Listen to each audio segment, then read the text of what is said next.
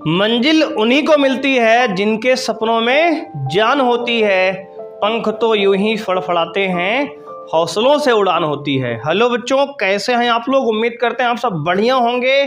तो आज की क्लास में हम बात करेंगे कक्षा 10 गणित के सैंपल पेपर की। तो आइए बच्चों, क्लास को स्टार्ट करते हैं बिना किसी देरी के।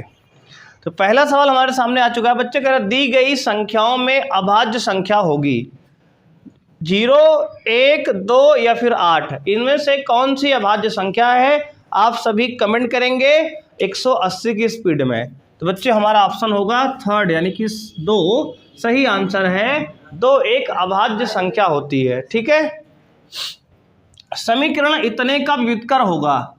तो ये समीकरण आपको दिया है, इसका विविधकर निकालना है आपको। तो बच्चे विविधकर का फॉर्मूला होता है b² - 4ac। ठीक है। d बराबर क्या होता है? b² - 4ac। इसको आपने उम्मीद है नोट कर लिया होगा पहला प्रश्न। तो पहला हटा के हम दूसरा आपको समझाने का प्रयास करते हैं। देखो बच्चे, ये सवाल है, इसमें जो है आप क्या करो, पहले एलसीएम ले लो। यहाँ 3 त्रिका 9x², 3 दूनी -6x +1 बराबर 0, ये बन गया। इसमें आप इसको कंपेयर कर लो ax² + bx + c बराबर 0 से। a का मान क्या है? 9, b का मान क्या है? -6, c का मान क्या है? +1। अब बच्चे विविधकर होता है d बराबर b² - 4ac। क्या है ये? विविधकर है। अब देखो आप यहां से निकालते हैं वैल्यू, तो b² यानी कि 9 -6 का स्क्वायर -4 इंटू a है 9 इंटू c है 1, 6 का स्क्वायर बच्चे 36 होगा, -9 चौक 36 बराबर आ गया 0। तो विविधकर क्या आ गया जी? 0। तो सेकंड सवाल का ऑप्शन क्या सही है? डी ऑप्शन, फोर्थ ऑप्शन सही है, 0। तो इस प्रश्न का विविधकर हो गया 0। यहां तक बात समझ में आई जी? कोई समस्या किसी को यहां तक? बोलो जी, कोई समस्या है भाई? नहीं है।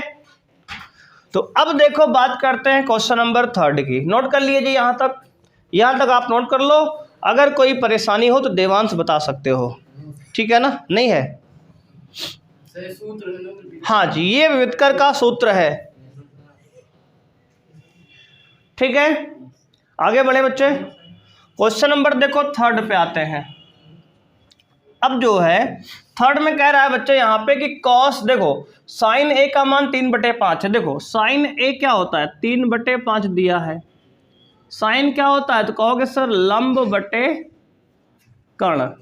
लंब का मान दिया है, एक त्रिभुज बना लो ऐसे बच्चे समकोण वाला। इसमें लंब का मान 3 दिया है, कर्ण का मान 5 दिया है। अगर आधार निकालेंगे पाइथागोरस से 4 आएगा, सबको पता है ये बात ना। तो अब बताओ कॉस ए क्या होगा? तो कहेंगे सर कॉस ए होता है आधार बटे कर्ण। क्या होता है? आधार बटे कर्ण। तो आधार कितना है बच्चे? 4, कर्ण कितना है? 5। तो आएगा आंसर 4/5। तो इसका ऑप्शन क्या हो जाएगा? 2 सही हो जाएगा। क्लियर है यहाँ तक? सवाल नंबर 3 तक हो गया सबका, मामला एकदम फिनिश है। आगे बढ़ते हैं। अब जो कह रहा है 2 समरूप त्रिभुजों का क्षेत्रफल 4:9 के अनुपात में है, त्रिभुजों की भुजाओं में अनुपात होगा। बोलो बच्चे, अगर क्षेत्रफल 4:9 में है तो त्रिभुज की भुजाओं में अनुपात क्या होगा? तो देखो इसका फॉर्मूला होता है कि अगर बच्चे एक त्रिभुज मान लो कि एक त्रिभुज है ABC, एक त्रिभुज मान लो है DEF। क्या है? DEF। इनके त्रिभुज के क्षेत्रफलों का अनुपात जो होगा, त्रिभुज के क्षेत्रफलों का जो अनुपात होगा, इनकी संगत भुजाओं के वर्ग के अनुपात के वर्ग के बराबर होगा। AB का स्क्वायर BC/EF का स्क्वायर और प्लस बराबर होगा AC/DF का स्क्वायर। समझ रहे हो बच्चे? ये क्या होता है? नियम होता है। अगर कोई 2 त्रिभुज है बच्चे, तो उनकी जो त्रिभुज का क्षेत्रफल का अनुपात होता है, उनकी संगत भुजाओं के वर्ग के अनुपात के बराबर होता है बच्चे। अब देखो यहां समझना आप, क्षेत्रफल का अनुपात 4 और 9 दिया है बराबर भुजा, मान लो हमने AB/DE का अनुपात हमें निकालना है। समझ रहे हो बात को? अब देखो हमने कहा इसको क्या लिख सकते हो, 2/3 का होल स्क्वायर बराबर यहाँ से AB अपॉन DE का होल स्क्वायर, है ना। इसको हटा दिया, 2 से 2 वर्ग कट गया, तो AB और DE का अनुपात क्या आ गया, 2:3, 2:3। तो आंसर क्या होगा, 2:3। पहला ऑप्शन यहाँ सही हो गया। क्लियर है, बोलो कोई समस्या जी यहाँ तक किसी को समझने में? तो ये बच्चे हमारा हो गया, बोलो क्या समस्या है। और हमें एक ही भुजा का अनुपात निकालना है ना यार, सब भुजा का अनुपात समान ही तो होगा, जहाँ जिसको निकाल दो सब बराबर है ना, ये भी बराबर, ये भी बराबर, ये भी बराबर, तो एक ले लो, हाँ जहाँ जिससे एक ले लो बस। मतलब भुजा का अनुपात आपको निकालना है, जो एक का अनुपात होगा वही सबका अनुपात होगा, है ना। AR मतलब क्षेत्रफल बच्चे, एरिया क्षेत्रफल त्रिभुज ABC का बटे क्षेत्रफल त्रिभुज DEF का। AR मतलब होता है एरिया, क्षेत्रफल, एरिया को शॉर्ट में AR कहते हैं, मतलब क्षेत्रफल। ठीक है, ये हो गए हमारे 4 प्रश्न, नोट कर लिए जी। आगे बढ़ते हैं, आओ क्वेश्चन नंबर 5 है बच्चों, कह रहा 3, 4, 6 तथा x का समांतर माध्य 5 है तो x का मान होगा। ऑप्शन ए है 5, ऑप्शन बी है 2, ऑप्शन सी है 3, ऑप्शन डी है 7 यहाँ पे। ठीक है, आओ देखते हैं बच्चे। तो समांतर माध्य का फॉर्मूला होता है, समांतर माध्य का सूत्र होता है, इसको x बार से लिखते हैं, सभी आंकड़ों का योग, सभी आंकड़ों का योग बटे आंकड़ों की संख्या, आंकड़ों की संख्या। ठीक है ना। अब देखो x बार आपको दिया है 5, माध्य का मान आपको 5 दिया है, बराबर संख्याएं क्या है, 3 + 4 + 6 + x, ये सबका योग बटे कितनी संख्याएं हैं, 1 2 3 4, नीचे लिखेंगे 4 आंकड़ों की संख्या। अब देखो 5 चौके क्रॉस मल्टीप्लाई करो 20 बराबर 6 4 10 3 13 + x, 13 इधर लाएंगे बच्चे तो 20 - 13 बराबर x, 20 तरह गया 7 बराबर x, तो x का मान कितना आ गया जी, 7 आ गया, और ऑप्शन थर्ड इसका हो गया सही। क्लियर है, ये x का मान हमारा 7 बच्चे आ गया।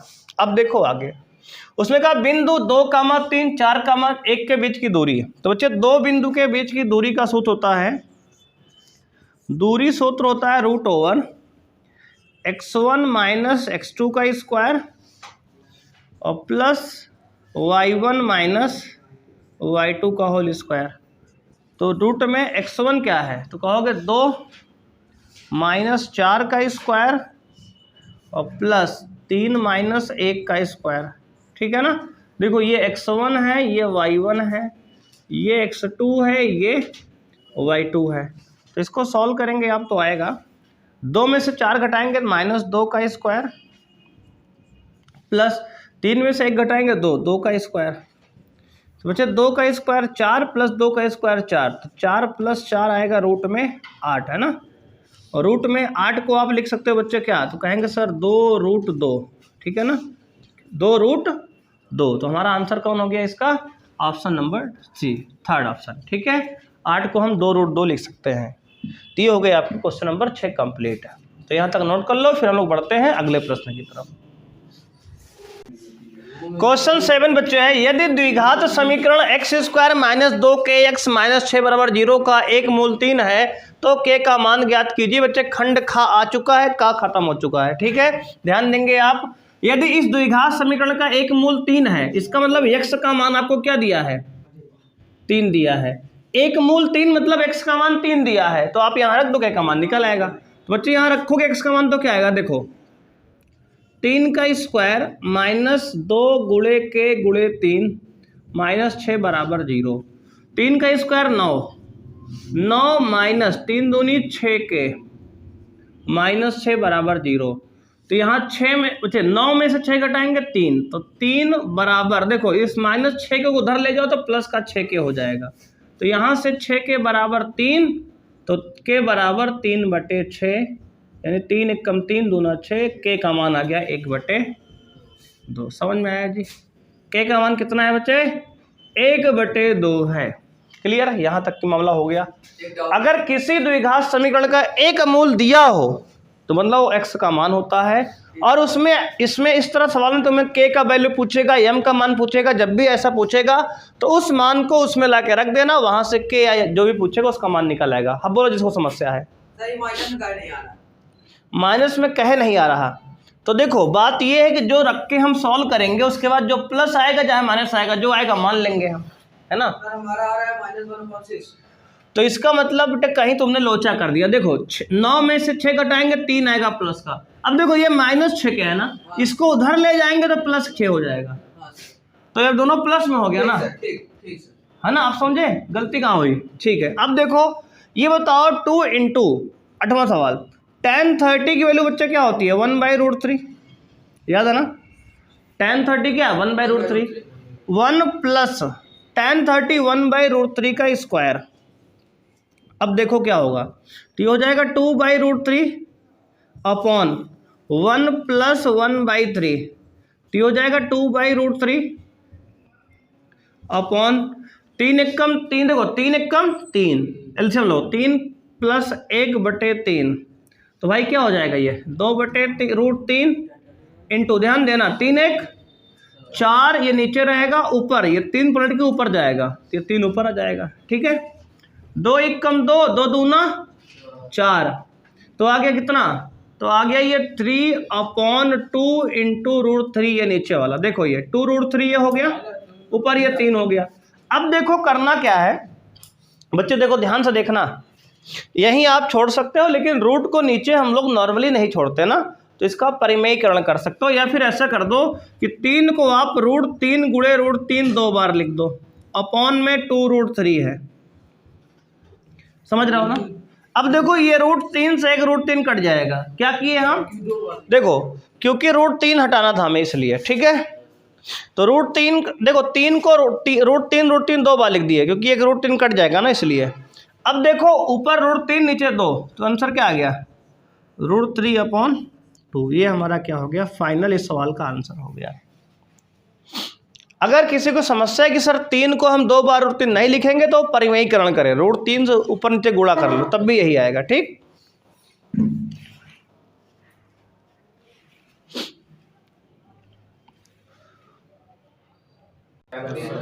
क्वेश्चन नंबर 9 है बच्चों, कह रहा है यदि दो समरूप त्रिभुजों का क्षेत्रफल क्रमशः 169 सेंटीमीटर स्क्वायर तथा 225 सेंटीमीटर स्क्वायर है तो इनकी संगत भुजाओं में अनुपात ज्ञात कीजिए। तो बच्चे अगर मान लो एक त्रिभुज हमारे पास ABC है,